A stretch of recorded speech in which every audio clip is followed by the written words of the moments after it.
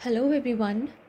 In this video, I will cover Election Commission of India, which is a very important topic of polity, and ये topic हर उस exam में cover होता है जिसके अंदर GS portion cover होता है या पॉलिटी होती है, चाहे वो कोई स्टेट का PCS एग्ज़ाम हो, कोई डिफेंस एग्ज़ाम हो, UPSC हो या कोई भी एग्ज़ाम हो जिसके अंदर पॉलिटी आती है, उसमें ये टॉपिक बहुत इम्पॉर्टेंट है.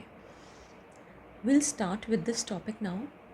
इलेक्शन कमीशन ऑफ इंडिया, उसको हम ECI भी कह सकते हैं. ये है क्या?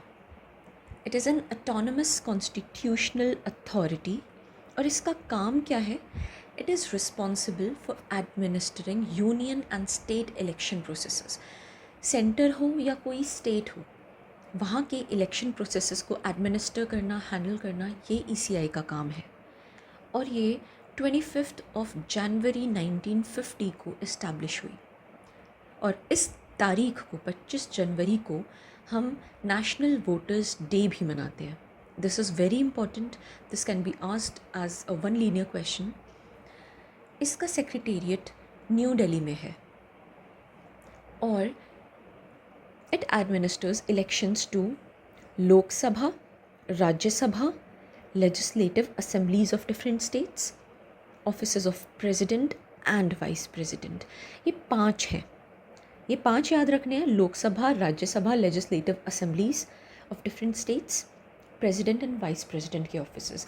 legislative assemblies of different states मतलब हम हिंदी में उसे विधान सभा कहते हैं. तो हर स्टेट में, हर राज्य में विधान सभा होती है, वही legislative assemblies हैं. लेकिन ECI is not concerned with elections to panchayats and municipalities in states.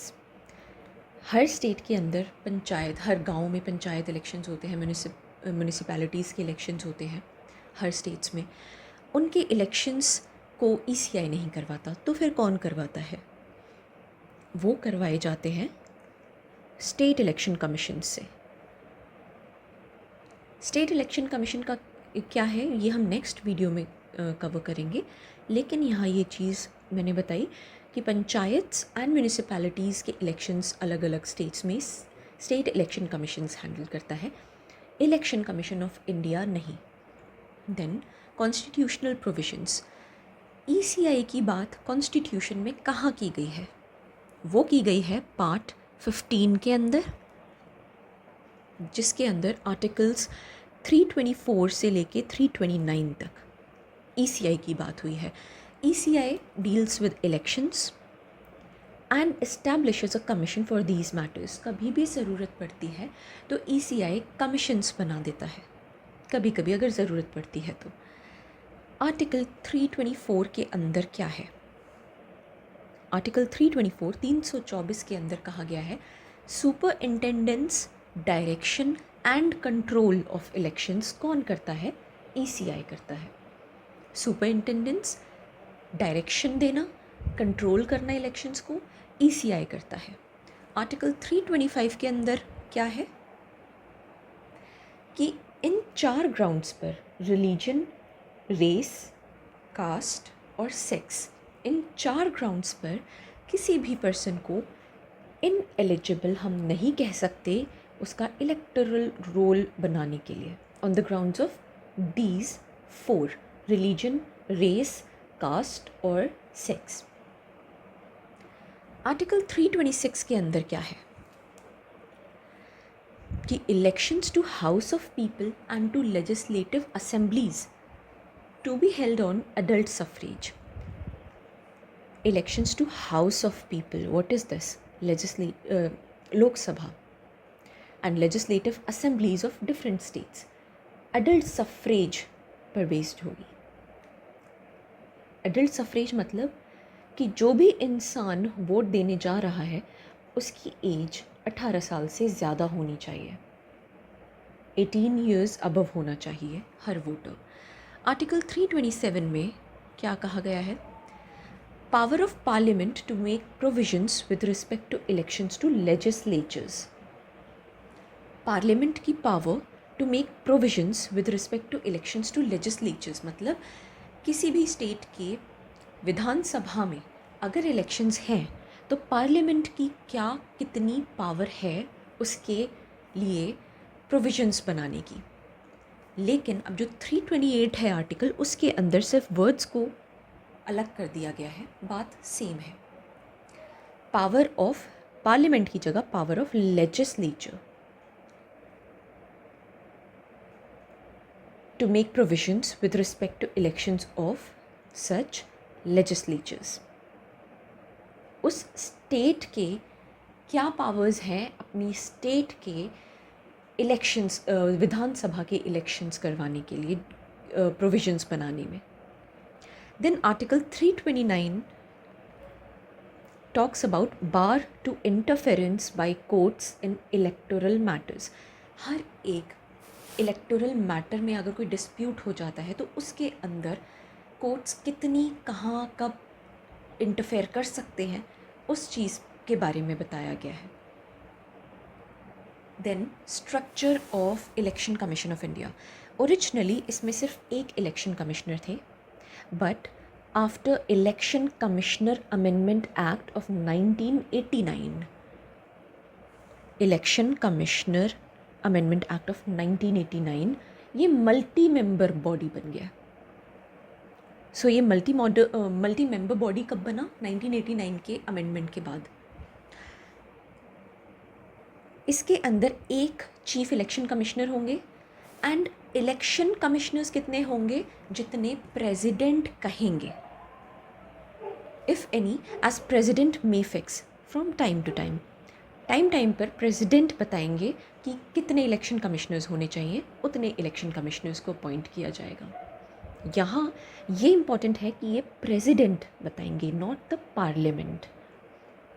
Presently सिर्फ एक चीफ इलेक्शन कमिश्नर है और 2 इलेक्शन कमिश्नर्स हैं, और स्टेट लेवल पर election commissioner is helped by chief electoral officer.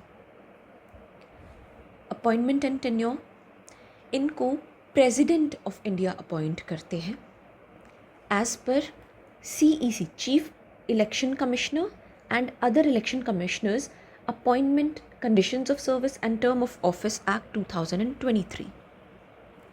Fixed tenure, इनका फिक्स्ड टेन्योर रहता है, 6 years का टेन्योर है, और एंड नहीं है यहाँ, और है up to age of 65 years whichever is earlier. Suppose मेरी एज है 61 years, मैं आज चीफ इलेक्शन कमिश्नर या इलेक्शन कमिश्नर बनी, मेरी एज है 61 years, तो मैं 6 साल तक रह सकती हूँ। मतलब 61 years मेरी अगर एज है तो उसके अंदर +6 कितना हुआ? 67 years तक रह सकती हूँ। लेकिन उससे पहले तो 65 years मेरे ख़त्म हो जाएंगे। तो पहले क्या आया? 6 साल का टेन्योर, 6 साल पूरे हुए, या 65 years की एज पहले आई?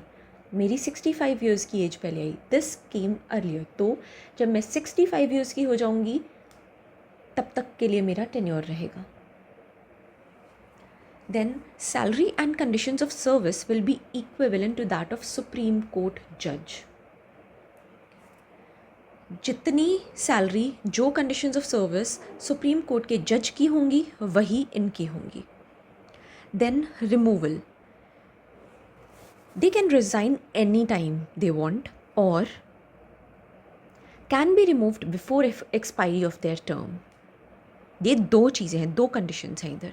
चीफ इलेक्शन कमिश्नर जो है removed only through process of removal similar to that of supreme court जज। जिस तरीके से, जिस मैनर में, जिस प्रोसेस के साथ सुप्रीम कोर्ट के जज को रिमूव किया जाता है, उसी सेम के साथ चीफ इलेक्शन कमिश्नर को रिमूव किया जाएगा बाय पार्लियामेंट। इनको अपॉइंट कौन करता है?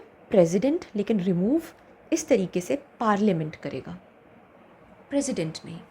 While election commissioners can only be removed on recommendation of chief election commissioner. इनके लिए there is no such process of removal. इनको सिर्फ एक तरीके से रिमूव किया जा सकता है, on the recommendation of chief election commissioner. And then comes is limitations. Constitution of India ने कोई क्वालिफ़िकेशन नहीं बताई है कि क्या क्वालिफ़िकेशंस होनी चाहिए एक इलेक्शन कमिश्नर की या चीफ इलेक्शन कमिश्नर की, और ना ही इलेक्शन कमिश्नर्स का कोई टेन्योर या टर्म स्पेसिफाई किया है कॉन्स्टिट्यूशन ने. तो हम ये मानकर चलते हैं कि जो CEC का है वही इनका है. Constitution has not debarred retiring election commissioners from any further appointment by government. जो इलेक्शन कमिश्नर्स हैं अगर वो रिटायर हो जाते हैं तो गवर्नमेंट ऑफ इंडिया उन्हें कुछ और भी पोस्ट पर अपॉइंट कर सकती है. सो कॉन्स्टिट्यूशन ने इलेक्शन कमिश्नर्स को डीबार नहीं किया है. सो फॉर टुडे इतना था. कल हम करेंगे state election commission. So be there. Thank you.